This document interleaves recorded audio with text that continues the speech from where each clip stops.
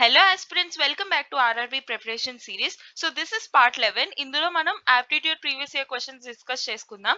And previous parts లో I've already discussed few of the previous year questions. I'll be putting the playlist RRB playlist link in the description. So మీరు RRB NTPC, ALP or Group D దేనికి prepare అయినా సరే this series is definitely helpful for you because aptitude ఏదైనా సరే similar models వస్తాయి ఈ exams లో. Just questions మారుతాయి అంతే. సో మీరు ఏ ఎగ్జామ్ ప్రిపేర్ అయినా ఇవి చేస్తే మీకు కొంచెం more models కవర్ అయ్యే ఛాన్స్ ఉంది. So check it out. Okay, let's get into the video. And part 10 లో అడిగిన హోంవర్క్ క్వశ్చన్ కి this is the solution. So ఇది ట్రైన్స్ కాన్సెప్ట్ కి సంబంధించింది and time speed and distance concept కి సంబంధించింది అండ్ ఇట్స్ సింపుల్ క్వశ్చన్. ఇందులో train crosses ఇలాంటి మోడల్స్ లో మిస్టేక్స్ ఎక్కడెక్కడ అవుతాయో చెప్తాను చూడండి. ఎప్పుడైనా పారామీటర్స్ అన్ని సేమ్ లో ఉండాలి, అంటే either metres, kilometres, sorry metres and seconds parameters లో ఉండాలి, లేదా కిలోమీటర్స్ అండ్ ఆర్ పారామీటర్ లో ఉండాలి. మీటర్స్ లో ఉండి హార్స్ లో ఒకటి ఉండి కిలోమీటర్ లో ఉండి సెకండ్స్ లో ఒకటి ఉండి అలా ఉండకూడదు. ఇక్కడ అన్ని seconds, metre per seconds and metres లోనే ఉంది. సో మీరు దేన్ని కన్వర్ట్ చేయాల్సిన అవసరం లేదు. Okay, so trains and time speed and distances మీద I've already made dedicated videos. I'll be putting the links in the description. You can check it out or you can ask me in the comments as well. So మనకేం తెలుసు, speed equal to distance by time. లేదా మీకు ఒకవేళ formula గుర్తు రాకపోయినా ఇక్కడ ఉన్న ఇవి చూడండి. ఓకే, సో దీని ప్రకారం మీరు ఎలా చేయాలో, మీటర్స్ అంటే ఏంటి, మీటర్స్ పైకి రావాలి అంటే ఈ వాల్యూ అనేది ఏదైతే మనం ఫైండ్ అవుట్ చేయాలో ఆ వాల్యూ పైకి రావాలి, డివైడెడ్ బై సెకండ్స్ అని ఉన్నది కిందకి రావాలి. సో సెకండ్స్ అని పారామీటర్ ఎక్కడ ఉంది, ఇక్కడ ఉంది.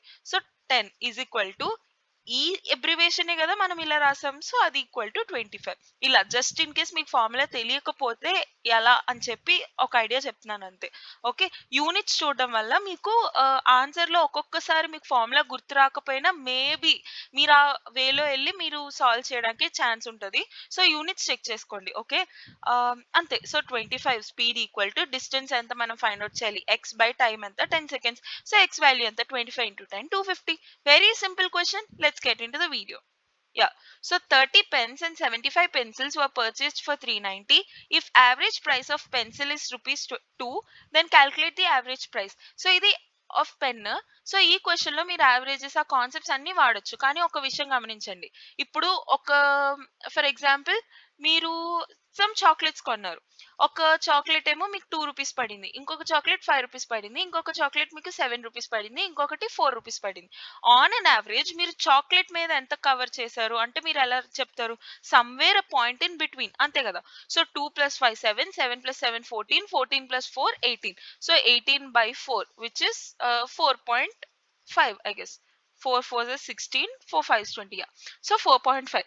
సో 4.5 ఒక్కొక్క చాక్లెట్ కి పెట్టినట్టు అర్థం. ఓకే, ఒక 2 రూపీస్ ఒకటి 7 రూపీస్ తక్కువ ఎక్కువ ఏదో ఒకటి, మిడిల్ పాయింట్ 4.5. సో ప్రతి చాక్లెట్ 4.5 4.5 4.5 4.5 అని అజ్యూమ్ చేసుకున్నాం. That is what the concept of averages is. So same అలానే ఇక్కడ యావరేజ్ ఇచ్చారు, సమ్ ఆఫ్ అబ్జర్వేషన్స్ అవన్నీ కాకుండా ఒకటి గమనించండి. Average price of pencil is 2 rupees అని అన్నారంటే ఒక్కొక్క పెన్సిల్ మీకు 2 రూపీస్ పడినట్టు మీరు అజ్యూమ్ చేసుకోవచ్చు. సో 75 పెన్సిల్స్ కి ఎంత ఖర్చు పెట్టినట్టు, 75 2s 150 రూపీస్ ఖర్చు పెట్టినట్టు.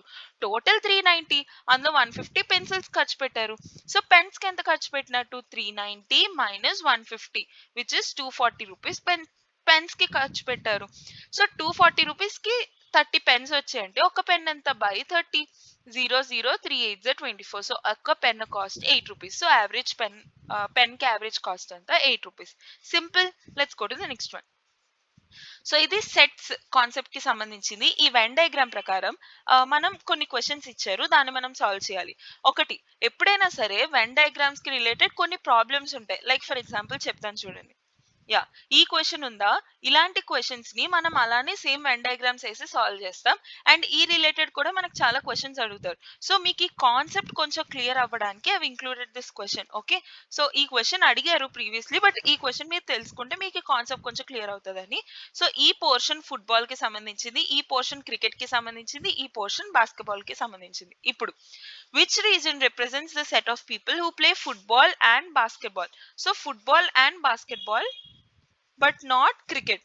Okay, so football and basketball ఆ రెండింటికి సంబంధించినవి ఏమేమి ఉన్నాయి, సి ఉంది, డి ఉంది, నేను ఇక్కడ బాస్కెట్బాల్ లేదు. సో సి ఉంది అండ్ బి ఉంది. బట్ మనకి ఏమని కండిషన్ ఇచ్చారు, ఫుట్బాల్ అండ్ బాస్కెట్బాల్ ఉండాలి కానీ క్రికెట్ ఉండకూడదు అని చెప్పారు. సో ఇది క్రికెట్ కి కూడా సంబంధించింది. సో సి అనేది మనం తీసేయాలి. ఓన్లీ బి ఒక్కటే ఉంది. So B will be the answer, reason B. So this will be the answer. Clear? Which reason represents the set of person who play football but not cricket or basketball. So football ఉండాలి but cricket basketball దేనికి సంబంధం ఉండకూడదు. So only football అంటే ఏంటి, ఏ కదా. So A will be the answer, reason A. Which reason represents the set of people who play all the three games.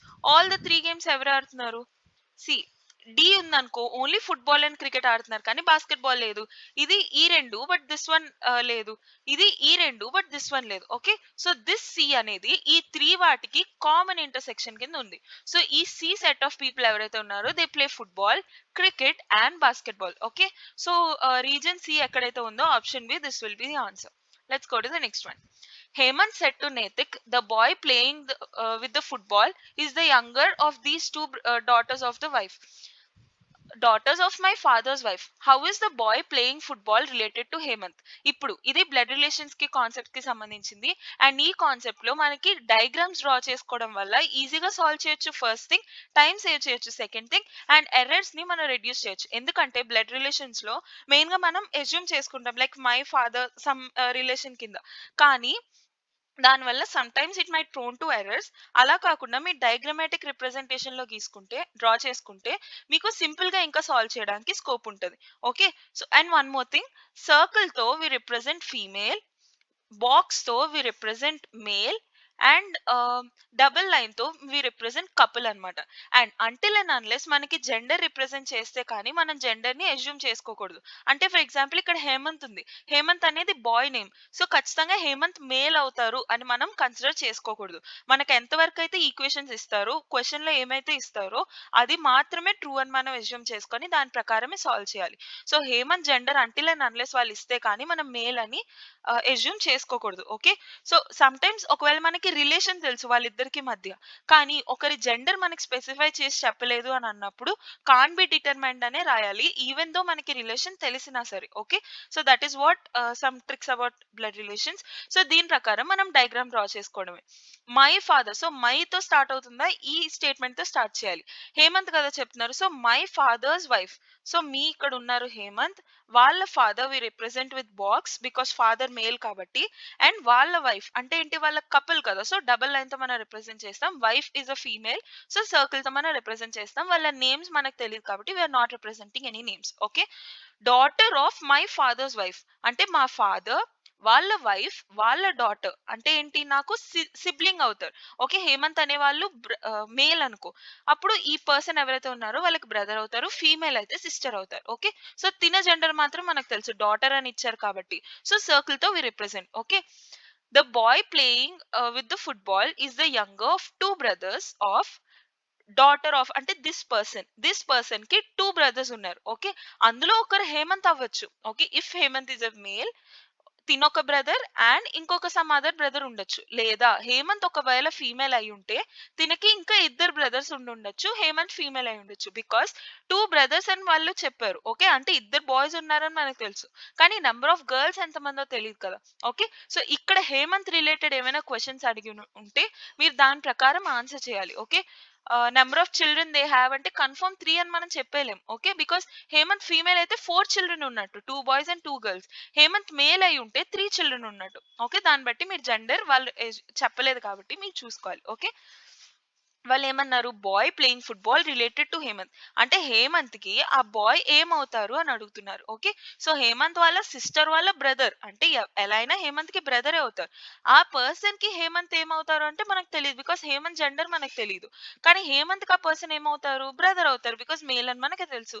So brother will be the answer. Clear? Fine. So ఇది ఇందాక చెప్పా కదా, sets concept తో draw చేస్తామని చెప్పి. All wires are books మనం ఎలా represent చేస్తాం, wires, all the wires are books. Okay, all the plates are books. So ఇక్కడ మనకి టూ వేస్ లో చెప్పొచ్చు. ఒకటి వైర్ తో టచ్ అవ్వచ్చు, లేదా వైర్ తో టచ్ కూడా అవ్వకపోయి ఉండొచ్చు.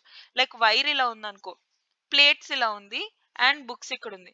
ఇది టూ స్టేట్మెంట్స్ ని ఫాలో చేస్తుందా అంటే all wires are books satisfied, all the plates are books satisfied. లేదా వైర్స్ ఇలా ఉండి, ప్లేట్స్ ఇలా ఉండి, టోటల్ బుక్స్ ఉండొచ్చు.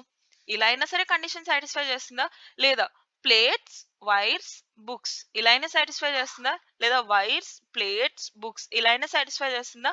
ఎలా అయినా మనం డిఫరెంట్ డిఫరెంట్ వాటిని అజ్యూమ్ చేసుకోవాలి. Okay, some wallets are plates అంటే కొన్ని వాలెట్స్ ప్లేట్స్ అంట. ఇక్కడ కూడా అంతే, ఇక్కడ వాలెట్స్ ఇలా ఉండొచ్చు.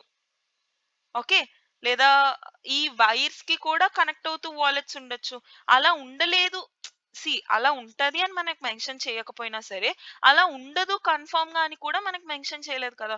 సో ఇది కూడా రైటే అని మనం ఎస్యూమ్ చేసుకోవాలి. ఓకే, కానీ ఇదే అవుతది అని మనం చెప్పలేం. ఓకే, ఇది కొంచెం కన్ఫ్యూజింగ్ గా ఉంటది, బట్ డోంట్ వరీ, మీరు సాల్వ్ చేసే కొద్దీ వచ్చేస్తుంది. Some wires are plates. So some wires are plates అవ్వచ్చు, అవ్వకపోవచ్చు. Some wires may be plates అంటే ఒక పాసిబిలిటీ ఉంది అని వాళ్ళు చెప్తే ఎస్ డెఫినెట్ గా పాసిబిలిటీ ఉంది. సో ఈ కంక్లూజన్ రైట్ అయ్యే ఛాన్స్ ఉంది. కానీ కన్ఫర్మ్ గా సమ్ వైర్స్ ప్లేట్స్ అవుతాయా అవ్వాలని రూల్ అయితే లేదు, బికాస్ ఈ కండిషన్ లో అవ్వట్లేదు. సో అలా స్టేట్మెంట్ లా ఇచ్చారు కాబట్టి ఇది రాంగ్ అవుతుంది. Some books are wires. Some books are wires definitely, because అన్ని వైర్స్ బుక్స్ అయినప్పుడు బుక్ లో కొన్ని వైర్స్ లో ఉంటాయి కదా ఈ portion. Okay, so some books are wires will be correct. Some books are wallets. Some books are wallets అవుతాయా? Definitely అవుతాయి. ఎందుకంటే see some all the plates are books అని అన్నారు అంటే ప్లేట్ లో ప్రతిదీ బుక్ తో కోయిన్సైడ్ అవుతుంది. Some wallets are plates. So some wallets plates అవుతున్నాయి కాబట్టి ఈ వాలెట్స్ కి ప్లేట్స్ కి కొంచెమైనా రిలేషన్ ఉంది అండ్ ప్రతి ప్లేట్ బుక్ అవుతుంది. సో ఇందులో ఉన్న ప్రతిదీ బుక్ అవుతుంది అంటే వాలెట్ తో కోయిన్సైడ్ అయ్యే ప్రతిదీ కూడా ప్లేట్ తో అది బుక్ అవుతుంది. Okay, so some books are wallets అవుతుందా? డెఫినెట్లీ అవుతుంది, because some wallets are plates కాబట్టి ప్లేట్ ప్రతిదీ బుక్సే కాబట్టి ఈ పోర్షన్ ఏదైతే ఉందో అది ప్లేట్స్ అని మనం ఎలా చెప్తున్నామో బుక్స్ కూడా అలానే చెప్తాం. సో ఈ స్టేట్మెంట్ కూడా కన్ఫర్మ్ గా కరెక్ట్ అవుతుంది. If you have any doubts or if you didn't understand you can ask me, I'll explain you once again. Okay, so 2 and 3 right అవుతుంది. Option B will be the answer. Clear? I think this is the last one. Yeah, so ఇందులో దీనికి మనకి actually different methods of solving ఉంటుంది, but I'll be telling you the easiest trick for this. So first traditional method ఏంటో మనం చూద్దాం. Initial గా laptop కి cost అవుతుంది 27,000. అందులో మీకు 2 years వారంటీ కావాలి అంటే you'll have to pay 15% extra on that. Okay, అంటే ఈ 27,000 కి మళ్ళీ 15% ఎక్స్ట్రా అంటే 15% ఆఫ్ 27,000 ప్లస్ ఇనిషియల్ గా ఉన్న 27,000. Okay, that money plus 15% of that money. Okay, ఇది మీరు GST no no what warranty కోసం మీరు పే చేస్తున్నారు. ఇందులో మళ్ళీ 6% జిఎస్టి మీరు పే చేయాలి అంటే ఈ అమౌంట్ లో మళ్ళీ 6% జిఎస్టి మీరు పే చేయాల్సి ఉంటుంది. అంటే ఈ అమౌంట్ మళ్ళీ యాడ్ చేస్తారు. సో దీనికి ట్రిక్ ఏంటంటే ఎప్పుడైనా మనం 15% profit, 15% extra, some percentage extra అని మనం మెన్షన్ చేసినప్పుడు మనం ఏం చేస్తామంటే 100కి ఆ పర్సెంట్ యాడ్ చేయాలి. అంటే చూడండి, X plus some 5% of X అని అనుకున్నాను అనుకో, దీన్ని మీరు ఎలా రాస్తారు? 100 into X which is 100x plus 5 which is 105x by 100. ఏదైనా ఒకటే కదా. సో ఎప్పుడైనా మనకి సమ్ పర్సెంట్ ప్రాఫిట్ లేదా some percent extra, some percentage increase అలాంటి వాల్యూస్ ఇచ్చినప్పుడు మన 100కి ఆ వాల్యూ యాడ్ చేసేసి డైరెక్ట్ గా సాల్వ్ చేయొచ్చు.